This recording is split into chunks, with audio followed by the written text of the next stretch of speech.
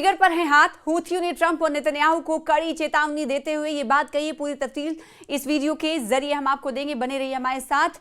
Iran और Israel America के दरमियान युद्ध के बीच हूती विद्रोहियों ने इजराइल और अमेरिका को चेतावनी देते हुए कहा है कि हमारे हाथ सीधे सैन्य दखल के लिए ट्रिगर पर हैं। इस चेतावनी के बाद पूरे मिडिल ईस्ट में और तनाव बढ़ गया है और फैल गया है। हूती लड़ाके लाल सागर में, रेड सी में इजरायली और अमेरिकी जहाजों को निशाना बना सकते हैं। इसके अलावा वो अमेरिकी युद्धपोतों पर भी हमले कर सकते हैं। हूती लड़ाकों ने ऐलान किया है कि अगर अमेरिका और इजराइल द्वारा तेहरान के खिलाफ हमले बंद नहीं होते हैं तो वो जवाबी हमला करेंगे और ईरान के समर्थन में सैन्य हस्तक्षेप करने के लिए तैयार है।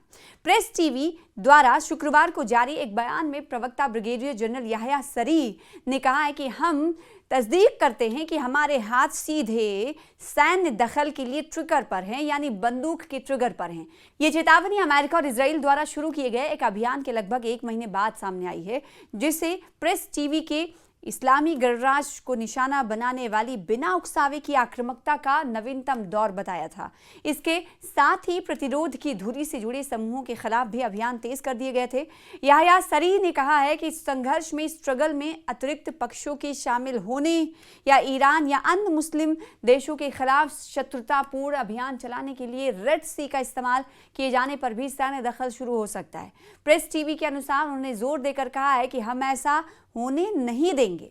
साथ ही साथ जराये के मुताबिक उन्होंने कहा कि यमन का रुख एक धार्मिक और नैतिक जिम्मेदारी पर आधारित है। ये जिम्मेदारी एक व्यापक अभियान के बीच निभाई जा रही है, जो न सिर्फ इस्लामी गणराज्य को बल्कि प्रतिरोध की धुरी और व्यापक मुस्लिम जगत को भी निशाना बना रहा है। इस रिपोर्ट के अनुसार एक बयान में आगे ये भी आरोप लगाया गया है कि एक आक्रामकता इजराइल की तथाकथित ग्रेटर इजराइल की महत्वाकांक्षाओं से जुड़ी है। इसमें तेल अवीव पर पश्चिम एशिया में अपने क्षेत्र का विस्तार करने की कोशिश करने का आरोप लगाया गया है। बयान में यमन के रुख को क्षेत्रीय आबादी के उस वैध अधिकार का हिस्सा बताया गया है जिसके तहत वो ऐसी योजनाओं और उनका समर्थन करने वालों का मुकाबला कर सकते हैं। याह्या सरी ने आगे कहा कि यमन के बल क्षेत्रीय सहयोग से प्रेरित हैं और उनका लक्ष्य आक्रमणकारियों को बड़ी हार देना है। साथ ही वो उन मुस्लिम राष्ट्रों को व्यापक समर्थन दे रहे हैं जो संघर्ष का सामना कर रहे हैं। तर्जुमान याह्या सरी ने कुछ मांगें भी रखी और अमेरिका और इजराइल से आग्रह किया कि वे शत्रुता समाप्त करने के लिए किए जा रहे कूटनीतिक प्रयासों का जवाब दें। उन्होंने इन हमलों को अन्यायपूर्ण, दमनकारी और अनुचित कार्रवाई बताया जो वैश्विक और क्षेत्रीय स्थिरता और सुरक्षा को नुकसान पहुंचाती है, वैश्विक अर्थव्यवस्था को भी क्षति पहुंचाती है। उधर अमेरिकी राष्ट्रपति डोनाल्ड ट्रंप ने दावा किया कि स्ट्रेट ऑफ हॉर्मुज से गुजरने वाला समुद्री रास्ता सामान्य रूप से काम कर रहा है। इस पर इस्लामिक रेवोल्यूशन गार्ड्स यानी IRGC की नेवी ने ट्रंप को जोरदार जवाब दिया है। ईरान के सरकारी टीवी की एक रिपोर्ट के मुताबिक IRGC नेवी ने इस बात को खारिज कर दिया है कि जरूरी पानी का रास्ता ट्रांजिट के लिए खुला है और जोर देकर कहा कि ये अभी ब्लॉकेड है। ये बयान अमेरिकी प्रशासन की हाल की टिप्पणियों के बाद आया है जिसमें कहा गया है कि समुद्री रास्ता काम कर रहा है। IRGC मिलिट्री कमांड ने साफ कर दिया है कि चेक पॉइंट पर उसका पूरा कंट्रोल है। IRGC नेवी ने अपने बयान में कहा है कि स्ट्रेट ऑफ हॉर्मुज बंद कर दिया गया है और स्ट्रेट से किसी भी हरकत का कड़ा जवाब दिया जाएगा। ये चेतावनी इस इलाके में बहुत ज्यादा उतार चढ़ाव को दिखाती है क्योंकि तेहरान अमेरिकी और इजरायली नेवी ऑपरेशन को लगातार चुनौती दे रहा है।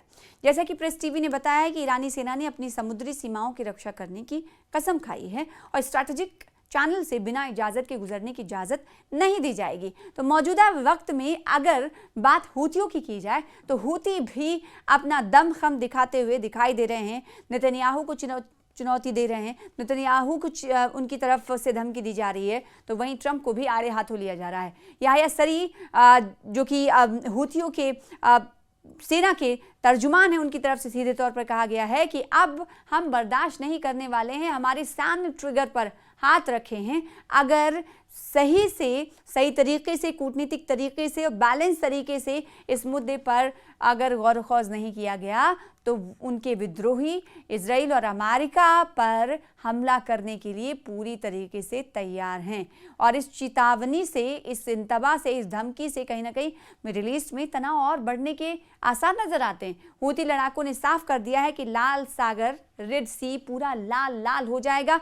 इजरायली और अमेरिका के जहाज़ों को हम निशाना आने वाले दिनों में बना सकते हैं। तो ये चेतावनी कहीं ना कहीं मौजूदा हालात में बने नाकाबिले बयान हालात को कहीं ना कहीं मजीद गहराती हुई नजर आ रही है।